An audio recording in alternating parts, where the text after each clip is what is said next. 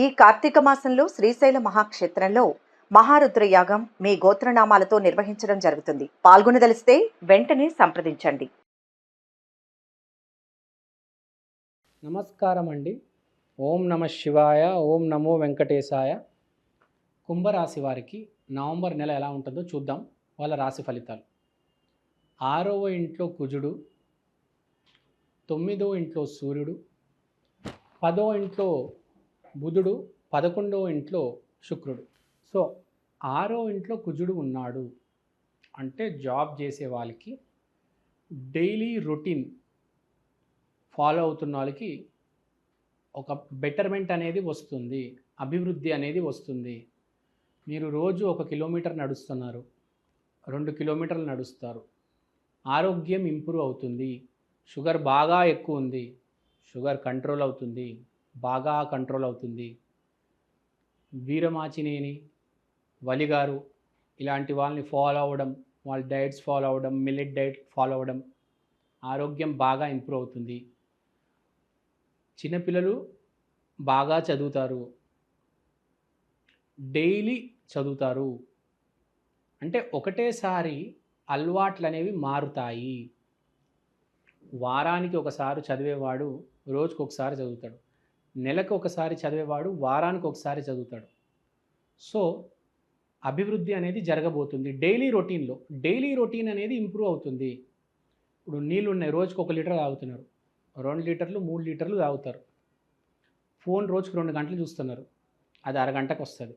అంటే ఇంప్రూవ్మెంట్. మనం రోజు ఏ పని అయితే చేస్తున్నామో దాంట్లో ఇంప్రూవ్మెంట్ అనేది జరుగుతుంది, రియలైజేషన్ అనేది వస్తుంది. తర్వాత ఈ వైవాహిక జీవితానికి వస్తే, తరచుగా గొడవపడే భార్యాభర్తలు ఎవరైతే ఉంటారో వాళ్ళ మధ్యలో గొడవలు అనేవి తగ్గుతాయి. పేచీలు పెట్టుకునే వాళ్ళు ఎవరైతే ఉంటారో వాళ్ళు కూడా సర్దుకుంటారు.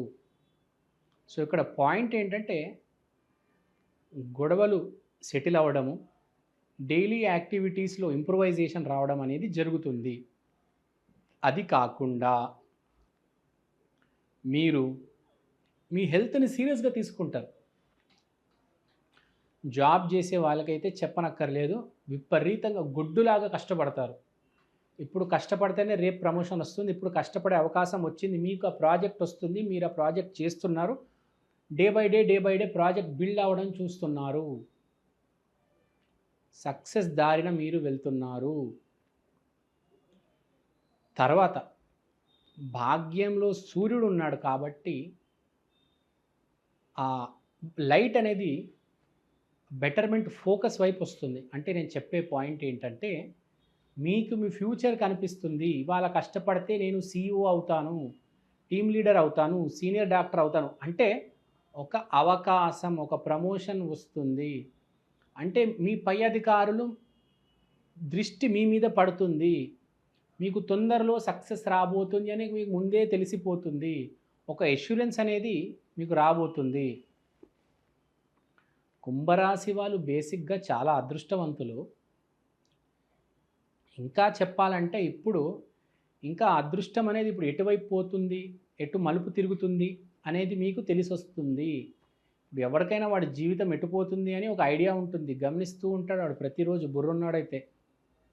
సో వాడికి ఒక క్లారిటీ వచ్చేస్తుంది, ఆహా నేను ఇంకా కష్టపడుతూ పోతే ఈ మార్గంలో నాకు ఒకరోజు సక్సెస్ వచ్చేస్తుంది, ఎప్పుడు వస్తుంది అని కూడా వాడికి తెలుసు. సంవత్సరానికో 3కో 5 సంవత్సరాలకు వస్తుందో నాకు తెలుసు. ఒక దారి అయితే ఏర్పడింది కదా, ఆ దారిని నడుస్తూ పోతూ ఉంటే ఒకరోజు సక్సెస్ కంపల్సరీ, అంతే కదా. ముందు కార్పొరేటర్ అవుతావు, తర్వాత ఎమ్మెల్యే అవుతావు, తర్వాత MP, తర్వాత చీఫ్ మినిస్టర్, తర్వాత ప్రైమ్ మినిస్టర్. ఒకసారి ముందు కార్పొరేటర్ అవుతే చాలు కదా, మొత్తం అర్థమైపోతుంది. సో ఈ కుంభరాశి వాళ్ళకి కూడా బేసిక్గా ఇప్పుడు అలానే ఉంది. జాబ్ చేసే వాళ్ళకి వాళ్ళ భవిష్యత్తు కనిపించేస్తుంది. వ్యాపారం చేసేటోళ్ళకి కూడా మొత్తం అర్థమైపోతుంది. నా నెగిటివ్స్ ఎక్కడ, నా ఫెయిల్యూర్స్ ఎక్కడ జరిగాయి అవన్నీ రాసేసుకుంటాడు వాడు. ఇంకా నేను ముందుకు ఎట్లా వెళ్ళాలి అనేది కూడా వాడికి తెలిసిపోతుంది బేసిక్గా. సో దీనివల్ల జరిగేది ఏంటి? ప్రాఫిట్. డబ్బు. పేరు ప్రఖ్యాతి వస్తుంది, అంతే కదా. తప్పులన్నీ సరిదిద్దుకుంటే పేరు వచ్చేస్తుంది, ప్రఖ్యాతి వచ్చేస్తుంది, డబ్బులు వచ్చేస్తాయి, అంతే కదా. మనం ఎప్పుడైతే తప్పు చేయమో అప్పుడు సరైన పని చేస్తే సక్సెస్ వస్తుంది. సక్సెస్ రాకుండా ఫెయిల్యూర్ వస్తుందంటే తప్పు పనులు చేస్తున్నాము. సో వ్యాపారస్తులకి బాగుంటుంది, తప్పులు సరిదిద్దుతారు. జాబ్ చేసే వాళ్ళకి చాలా మంచిది. డైలీ రొటీన్ సెట్ చేసుకునే వాళ్ళకి అద్భుతం. తర్వాత ఈ విదేశీ ప్రయాణాలు చేసుకునే వాళ్ళు కూడా okay, no problem, no need to worry, అంతా బాగానే ఉంటుంది, చాలా బాగుంటుంది. వెంకటేశ్వర స్వామి దయ వల్ల ఫారెన్కి వెళ్ళే వాళ్ళు ఎలా అయినా వెళ్ళి తీరుతారు. తర్వాత మ్యారేజ్ గురించి మాట్లాడడం. మ్యారేజ్ కూడా చెప్పాము, పరస్పరంగా ఎవరైతే కొట్టుకుంటారో వాళ్ళందరూ సర్దుకుంటారు, అడ్జస్ట్ అవుతారు, కాంప్రమైజ్ అవుతారు, ఒక సెటిల్మెంట్కి వస్తారు. అంతా బాగానే ఉంది. ఒకటే మీరు గుర్తుపెట్టుకోవాల్సింది, కష్టపడండి, నిరంతరం కష్టపడండి. 6 గంటలు 7 గంటలు కొట్లాట తర్వాతనే కదా 8 గంటలు 9 గంటలు సెటిల్మెంట్ కాంప్రమైజ్. 6 అవర్స్ కష్టపడితే 7th అవర్స్ రిజల్ట్ వస్తుంది. ఎంత కష్టపడ్డారో దాని రిజల్ట్ వచ్చేస్తుంది కదా. ఆపరేషన్ కూడా 6 అవర్స్ చేశారనుకోండి, 7వ గంట ఆపరేషన్ సక్సెస్ఫుల్ కదా. చాలా సింపుల్, కష్టపడుతూ వెళ్ళండి అంతే. తర్వాత ఇప్పుడు మన పరిహారాల గురించి మాట్లాడుకుందాం. కుంభరాశి పరిహారాలు.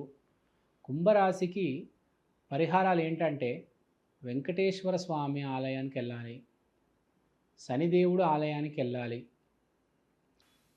నువ్వుల లడ్లు యాచకులకు పంచిపెట్టాలి, నల్లటి వస్త్రాలు పంచిపెట్టాలి. మీరు సింపుల్గా చెప్పాలంటే చాక్లెట్ కూడా బ్లాక్ కలర్లోనే ఉంటుంది, చాక్లెట్స్ కూడా పంచిపెట్టవచ్చు. చాక్లెట్స్ తీసుకునే వాళ్ళు ఎవరు ఉంటారు చెప్పండి? చిన్న చిన్న పిల్లలు చాక్లెట్లు ఇచ్చేయండి, యాచకులకు నువ్వుల లడ్లు ఇచ్చేయండి, గుడిలో నువ్వుల నూనెతో ఒక దీపం పెట్టండి.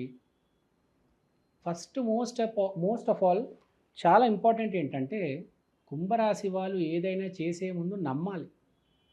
నమ్మితేనే అది జరుగుతుంది, నమ్మకపోతే జరగదు. కుంభరాశి జీవితంలో మోస్ట్ ఇంపార్టెంట్ నమ్మకం.